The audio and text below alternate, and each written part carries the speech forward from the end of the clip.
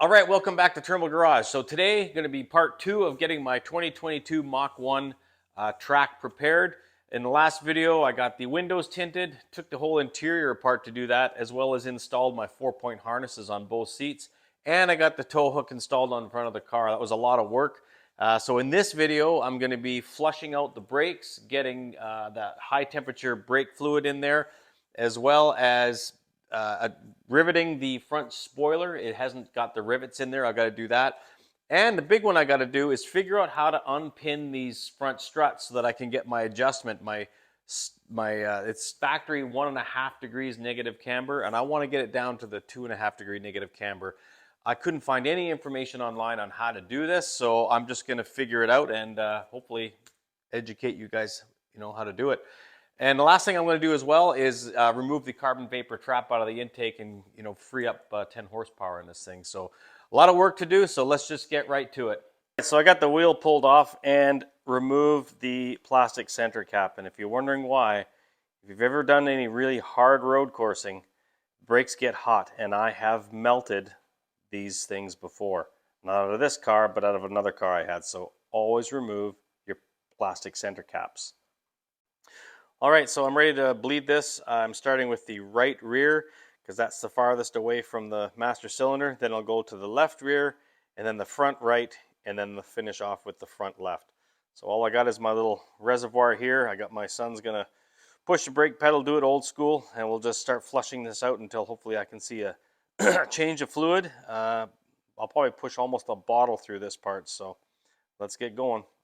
All right, so getting that right rear done, I flushed a complete bottle of this through, just basically empty the reservoir. Not empty, I got it down very, very low and then topped it up, purged a few more times, filled this up, and then I purged it some more to get the line out. So I've gone through almost 1.5 just to get that wheel done. But now I'm at the point where everything should be purged now, so it won't take as much other than a little bit of oil in the line and what's in the slave cylinder in the caliper to get it done. So I'll put this wheel back on and move over to the other side. Before I put the wheel on, I put a bit of anti-seize around the hub here, the outer part of the bearing hub, and just on the face of the rotor. Just, these things do, when you wash them, get a bit rusty, and it just makes it easier down the road always when you pull your wheel off. All right, so I've gone through 2 bottles. I basically went through like 1 1/3 bottles for the left rear, another 2/3 of a bottle for the, for the right rear, 2/3 of a bottle for the left rear, and now all I gotta do basically is a little bit of a line purge and just the fluid inside the calipers. So the next bottle, and it's completely full, the master cylinder right now, like right full. So the 1 more bottle should do it. So when you're doing the front calipers, you wanna do the inside first, bleed that one out, and then finish with the last one. So you're flushing all the good fluid into here, and then it's going to pass over and flush out the last part here. And while I'm at it, again, I'll be putting some anti-seize on there, and I'll be cleaning these calipers because they're dirty. The last wheel, and I forgot to mention, the bleed screws on the front wheels are 11 millimeter. On the rear, they are 10 millimeter. All the brakes are flushed through. And as you can see on the reservoir here on the master cylinder, I'm almost down to the minimum. So it's going to need about almost a half of another bottle. So I'm going to have to go buy 1 more bottle. Not a panic now, but for the track, I'll definitely get another bottle on there. Now, the last thing, of course, don't forget, torque your wheels 150 foot-pounds. All right, if you're watching this video, you probably already know a lot of stuff about the Mach 1. And one of them is that the 2021, the first year of the Mach 1, has got 480 horsepower. The 2022 and 23 have got 470 horsepower, 10 horsepower less. The reason for that is inside the intake manifold, as you probably know, is a carbon vapor trap. I believe that's what it's called. And it restricts the airflow slightly and thereby reduces the horsepower by 10. So, of course, I will be removing that so I can get that 480 horsepower and just be like everybody else that's out there with the Mach 1.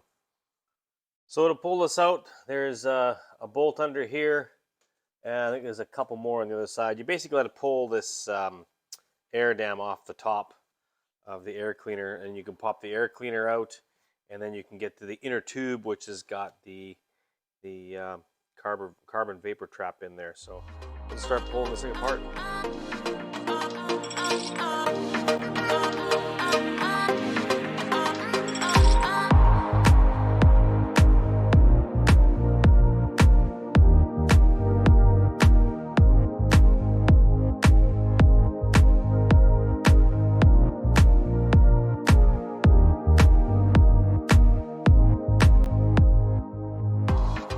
There you can see the carbon vapor trap. There's 3 little tabs you got to bend, and then that thing will pop out. So that's what I'm doing now. I had to take the whole intake pipe off. It was just easier. All right, to get this out is a real pain. What I ended up doing was getting some stir sticks that I had and jammed them in the opening of that little tab. And once I had the tab pulled, I was able to get under here with a screwdriver and pull it out. So let's just pull it out here. So there you go. That is your carbon trap. So now what you got to do is get this thing out, and then you've got to put this plastic piece back in. So obviously it's important this goes in the same way, but it really can only go in one way. There's a notch here and a notch here. So just slide it back in here, line up the notches, and it should just snap in. There you go. Ready to install.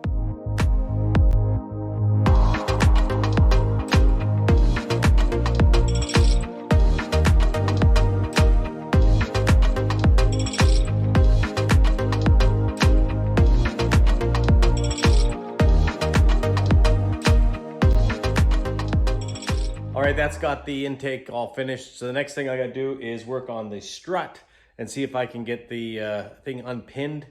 And I've looked online. I really can't find any videos of the Mach 1s having that strut adjusted. So I might be the first. So all I'm gonna do here is loosen these 3 strut tower nuts, take them off right now, and then I'll jack the front of the car up, which will allow the strut to drop down. And then I think down inside this hole is where you can get at the set screws that you need to undo. So let's see what we can do here.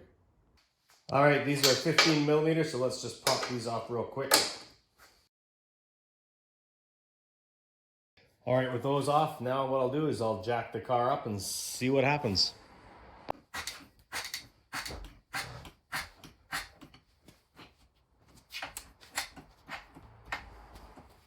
Well, that's interesting. The car's up in the air and the strut is still hanging here. I don't get that.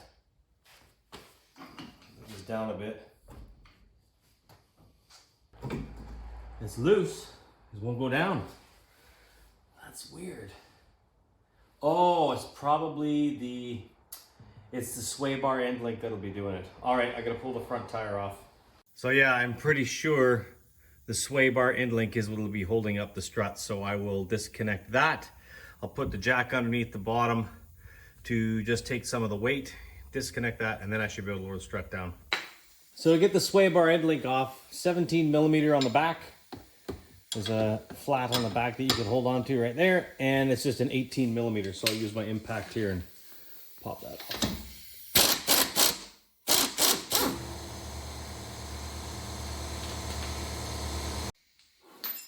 All right, so you saw I just jacked that up, and the sway bar end link just fell out of the way. So I'll just make sure that's gonna be clear. And now what I'll do is lower this jack and the strut should come down. Actually, before I do that, let's make sure there's no wires here that are gonna, oh yeah, there's one right there. But I think that'll have enough slack. Let's see. If not, we'll remove those. We'll just keep an eye on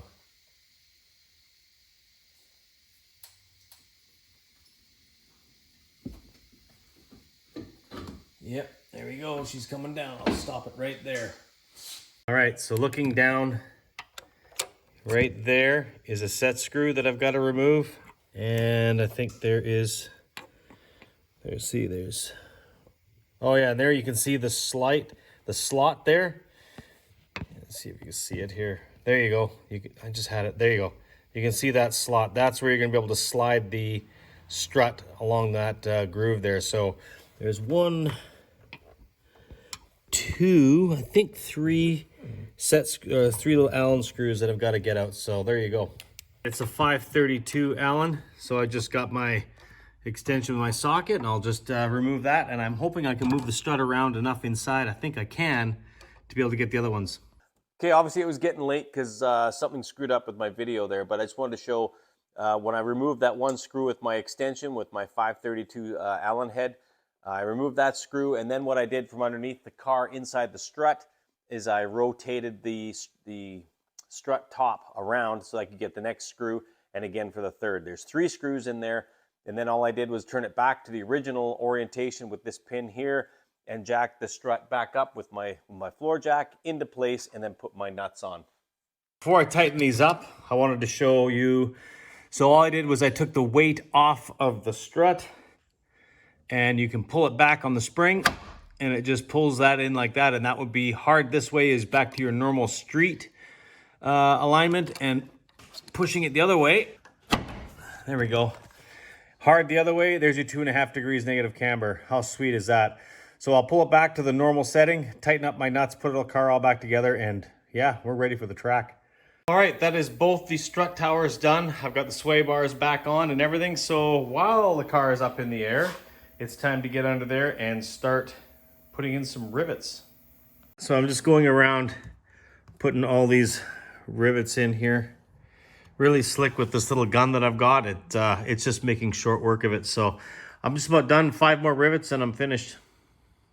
All right, before I put the wheels back on, I wanted to show you the brake cooling ducts on this thing. So you can see there's a big intake or a duct there, as well as another one down below, comes off the front floor pan, and it directs the air right into this big piece of plastic here. It's got quite the lip. You can see underneath there, it's quite the lip, and that deflects the air right into the center of the hat here, so of the rotor. So that's pretty good, actually. It's better than my 15. It had a similar thing. It had a little deflector, but nothing like this with directed vents right into it. So I can see how this would be effective. So you can see where the air goes in. I shoved my flashlight up the intake, or up that ducting, and it's actually right there in the corner of the front grille, which is almost exactly where I had it on my 2015. I made my own brake duct cooling system, and that's exactly where I put it. So yeah, that's pretty cool. All right, so I think that's going to do it for this video. I got everything done I needed to do. I've got that chin spoiler riveted on. I got the struts unlocked so I can get that adjustment that you're supposed to be able to get with these, negative 2.5 degrees camber back to your factory 1.5 degrees. I also got this carbon vapor trap pulled out, free up a few horsepower, 10 horsepower, so they say, out of the intake. And yeah, that's it. This thing is ready to go. Last thing I got to do, which I don't think I'll put on camera, is the oil change. I got to do an oil change in 2 days, and that should be right about spot on the 1,600 kilometers. I think I'm at 1,490 right now, so I've only got to do another 110 kilometers in 2 days, and I got to take this to work, so that will definitely do it. I'll have my mileage, get the oil change, and put the door stickers on, and that's it. This thing's ready to hit the track, and I'm going to be taking you guys along for the ride. So think about subscribing so you'll know when the video comes out. It's going to be a lot of fun down there in Seattle. Thoughts and comments down below, and thanks for watching. Have yourself a great day.